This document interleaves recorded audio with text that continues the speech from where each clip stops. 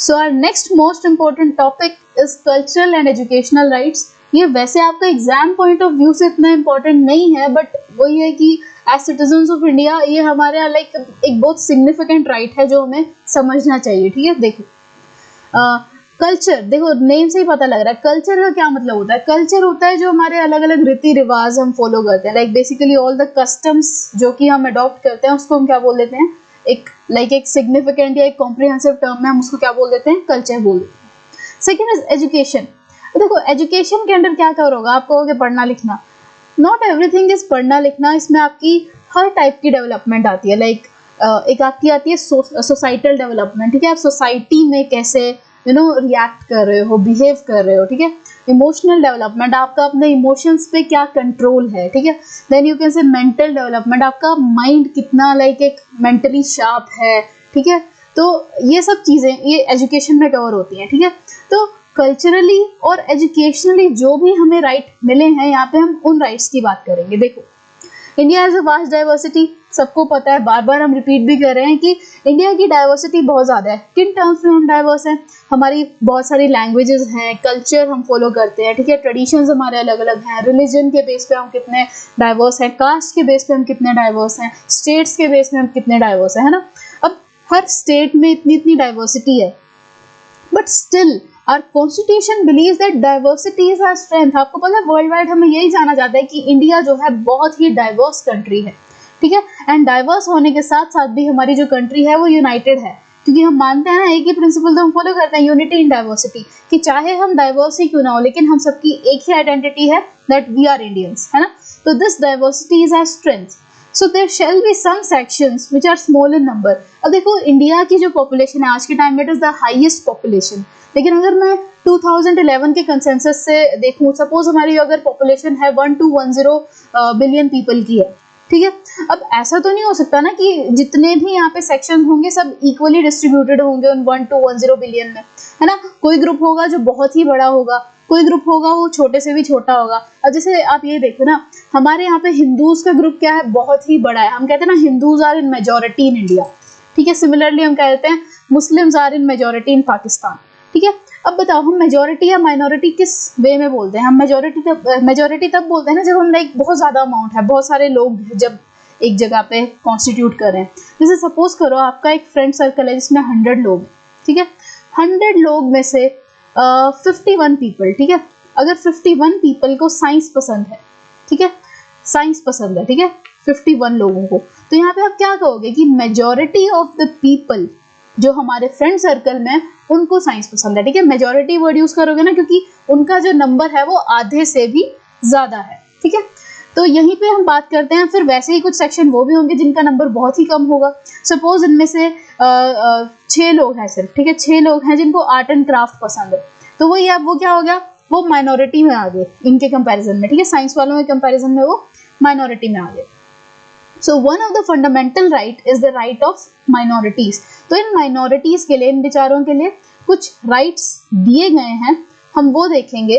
To maintain their culture, ठीक है, अपने कल्चर को ताकि वो बचा सके, प्रिजर्व कर सके। अब ऑब्वियसली देखो अगर आप अकेले हो जो बहुत ही या आपका जो ग्रुप है वो बहुत ही छोटा है, तो डेफिनेटली आप रिस्क पे हो ना कि बड़ा वाला ग्रुप जो है आपको अंडरमाइन कर लेगा, आपके राइट्स छीन सकता है। ठीक है, बड़े वाले ग्रुप के पास तो बहुत सारे मैकेनिज्म्स हैं, वो आपके ग्रुप को कहीं से भी वो नल एंड वॉइड कर सकता है। तो उस चीज को बचाने के लिए ही हमें एक राइट दिया गया, राइट ऑफ माइनॉरिटीज। अब देखो इसमें रिलीजियस, कल्चरल एंड लिंग्विस्टिक तीनों टाइप की माइनॉरिटीज आपकी इस प्रोविजन में इंक्लूडेड है। अब देखो रिलीजियसली हमें पता है हिंदू, मुस्लिम, सिख, क्रिश्चियन, ठीक है, जोरास्ट्रियंस, ठीक है, बहुत सारे ग्रुप्स हैं, जैन्स, बुद्धिस्ट। ठीक है, रिलीजियसली ऐसे इतने सारे ग्रुप्स हैं। सिमिलरली कल्चरली, तो ऑब्वियसली अगर आप रिलीजन डिफरेंट फॉलो कर रहे हो तो आपके कल्चर्स तो डेफिनेटली अलग होंगे ही ना। ठीक है, अब क्योंकि अगर मैं हिंदू हूँ तो मेरे कल्चर्स और एक अगर मुसलमान कोई है तो उसके कल्चर्स, हम दोनों के कल्चर्स में फर्क होगा ही होगा, ये तो एक डेफिनेट सी बात है। सिमिलरली लिंग्विस्टिक ग्रुप्स, लिंग्विस्टिक में भी देखो हर टाइप की लैंग्वेज आती है, Tamil, Telugu, Kannada, Hindi, Punjabi, English, all types of languages are there. अब हमारी कंट्री क्योंकि इतनी डाइवर्स है तो माइनॉरिटीज को इन तीनों बेसिस पे, इन तीनों स्फीयर्स में, रिलीजन स्फीयर में, कल्चरल में और लिंग्विस्टिक में, इन तीनों माइनॉरिटीज को इंक्लूड किया गया है अंडर राइट टू माइनॉरिटीज। अब हम बार बार माइनॉरिटीज पढ़ रहे हैं तो एक बार देख ही लेते हैं माइनॉरिटी की एक कॉम्प्रिहेंसिव डेफिनेशन क्या है। देखो, groups that have a common language और religion and in a particular part of a country or a country as a whole they are outnumbered by some social sections। अब suppose मैं एक group लूँ, लगा लो जैन्स का ग्रुप है, ठीक है, जैन रिलीजियस ग्रुप है। अब हमें पता है जैन की जो overall population with in India है वो सिर्फ 0.4% की है, ठीक है। कितनी पॉपुलेशन है जैन्स की? हमारी टोटल पॉपुलेशन में से भी 0.4 की पॉपुलेशन, तो आप इसको नेचुरली कह दोगे ना कि ये माइनॉरिटी ग्रुप है। क्यों माइनॉरिटी है? क्योंकि उनका नंबर कम है। ऐसा नहीं है कि उनका कुछ रिलीजन में प्रॉब्लम है, नो, ऐसा कुछ भी नहीं है। इट इज जस्ट कि उनका जो अमाउंट है या उनमें जो लोग हैं वो कम है, ठीक है, उस पर्टिकुलर रिलीजन से एफिलिएटेड लोग कम है, ठीक है, 0.4%। तो ये क्या कॉन्स्टिट्यूट करेंगे? माइनॉरिटी कॉन्स्टिट्यूट करेंगे।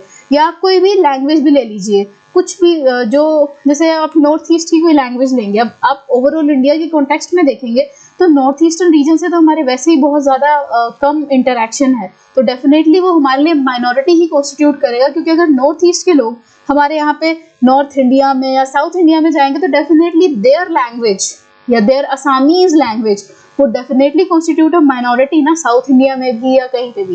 तो चलो कंसीडर एक ये आपकी स्टेट है महाराष्ट्र, ठीक है, ये महाराष्ट्र स्टेट है।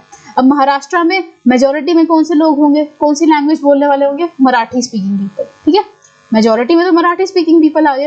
लेकिन अगर आप वहीं इमेजिन करो कि कोई असम का आदमी यहाँ पे आके या एक पूरा ग्रुप यहाँ पे आके रहने लग गया, ठीक है, असम का, तो यहाँ पे आप क्या कहोगे कि असामीज तो फिर भी माइनॉरिटी में ही रही ना, क्योंकि मराठी के लोग जो हैं आउट नंबर कर देंगे असामीज को, क्योंकि मराठी के बहुत सारे लोग हैं, है ना। लेकिन अब वहीं पे उल्टा केस ले लो कि सपोज आप असम गए हो, ठीक है, आप असम गए हो तो यहाँ पे असामीज लैंग्वेज वाले मेजोरिटी में हो गए। अब यहाँ पे अगर मराठी का एक ग्रुप चला भी गया तो वहाँ पे वैसे Marathi speaking people would definitely constitute a minority. तो आपको ये ध्यान रखना है कि ये वेरी करता है माइनॉरिटी या मेजोरिटी का concept from place to place. लेकिन अगर हम बात करें कि ओवरऑल इंडिया की, ठीक है, ओवरऑल इंडिया की, तो ठीक है, ये तो एक जनरल बताया मैंने कि आपको कि from one state to another ये चीज़ वेरी करेगी। जैसे पंजाबीज हैं, अगर आप पंजाब में जाओगे, पंजाब में अगर कोई तेलुगु बोलने वाले बंदों का ग्रुप चला जाए तो definitely it will constitute a minority as compared to Punjabi speaking people, no. तो लेकिन ये तो हो गया कि स्टेट में जो वेरिएशन है, लेकिन होल कंट्री के कॉन्टेक्स्ट में अगर हम देखें, होल कंट्री के कॉन्टेक्स्ट में जो लोग एक ग्रुप को आउट नंबर कर रहे हैं, ठीक है, नॉर्थ ईस्टर्न पीपल को हमारा पूरा इंडिया जो है आउट नंबर कर रहा है, तो definitely they will constitute a minority. या अगर मैंने आपको ये जैन्स का एग्जांपल दिया तो ये जैन के एग्जांपल में भी क्या है कि इनकी पॉपुलेशन इतनी कम है कि बाकी सभी रिलीजन के ग्रुप इनको आउट नंबर कर रहे हैं, तो they constitute a minority. And minority से सिर्फ मतलब यही है कि उनका नंबर कम है, माइंडेड, ठीक है, उसके अलावा और कोई रीजन नहीं है कि इनको माइनॉरिटी क्यों कहा गया है, ठीक है। तो माइनॉरिटी का कॉन्सेप्ट आपको क्लियर हो गया होगा। Now such minorities have a culture, language and script of their own and have the right to conserve and develop these। हम वही कह रहे हैं ना कि अब देखो जैन्स का अपना ही कल्चर होगा, ठीक है, अपनी ही वो कोई लैंग्वेज बोलते हैं, खैर लैंग्वेज उनकी भी हिंदी ही होती है, ठीक है, तो इनकी लैंग्वेज, कल्चर, स्क्रिप्ट अपनी खुद की है और यस इनके पास राइट है कि ये अपना पर्टिकुलर रिलीजन जो है उसको कंजर्व कर सके, क्योंकि they are constituting a minority, ठीक है। नाउ ऑल माइनॉरिटीज, रिलीजियस और linguistic, can set up their own educational institutions। अब इन रिलीजियस माइनॉरिटीज को या इन लिंग्विस्टिक माइनॉरिटीज को राइट दिया गया है कि ये अपना एक एजुकेशनल इंस्टीट्यूशन ओपन कर सकते हैं। अब जैसे सपोज करो कि लगा लो हमारे इंडिया में मुस्लिम्स भी माइनॉरिटी कॉन्स्टिट्यूट कर रहे हैं, है ना, लेकिन ये चाहते हैं कि हम अपनी उर्दू लैंग्वेज को कंजर्व करें, तो they have the right to open their own educational institution जहाँ पे वो उर्दू सिखा सकते हैं, क्योंकि वहाँ यहाँ पे ये अपना कल्चर बचा रहे हैं, ठीक है। तो in order to conserve, in order to preserve their culture, their language, these groups और these minorities can open up their own educational institutions and the government while granting aid will not discriminate, ठीक है, government जो है discriminate नहीं करेगी on the basis that it is under the management of minority community. अब देखो हमें पता है कि गवर्नमेंट का काम क्या है, वेलफेयर को देखना, ठीक है। गवर्नमेंट क्या करेगी, वो वेलफेयर देखेगी। अब वेलफेयर देखने के लिए definitely it will have to give some money, some sort of money to certain educational institution, ताकि हर बच्चा जो है स्कूल जाके पढ़ सके, है ना, क्योंकि गवर्नमेंट ने वेलफेयर देखना है। अब यहाँ पे गवर्नमेंट डिस्क्रिमिनेट नहीं कर सकती कि नहीं भाई ये तो जो है मुस्लिम्स चला रहे हैं और मुस्लिम्स की जो माइनॉरिटी है तो हम इनको कम ग्रांट देंगे, ऐसा नहीं हो सकता। ग्रांट बेसिकली होता है मनी, ठीक है, आप मनी दे रहे हो for the welfare of people, तो ठीक है, गवर्नमेंट इक्वली सबको ग्रांट देगी, चाहे वो गवर्नमेंटल इंस्टीट्यूशंस हैं, चाहे वो सेमी गवर्नमेंटल इंस्टीट्यूशंस हैं। और यहाँ पे वो ये नहीं देखेगी कि ये माइनॉरिटी कम्युनिटी चला रही है या मेजॉरिटी कम्युनिटी चला रही है। It will have to give the same amount of grant to all the institutions. तो ये छोटा सा आपका एक टॉपिक था, एग्जाम पॉइंट ऑफ व्यू से इतना इंपॉर्टेंट नहीं है, माइनॉरिटी की डेफिनेशन जरूर कर लेना एक बार, बट वैसे you know as citizen of India we must know everything about our fundamental rights. तो एक बार इसको एक ब्रॉड मैनिफेस्टेशन के साथ आप पढ़ के देखना, ठीक है। So this was all about your cultural and educational rights. अब हम जो नेक्स्ट वीडियो में राइट करेंगे, it is very important, very very very important fundamental right, ठीक है।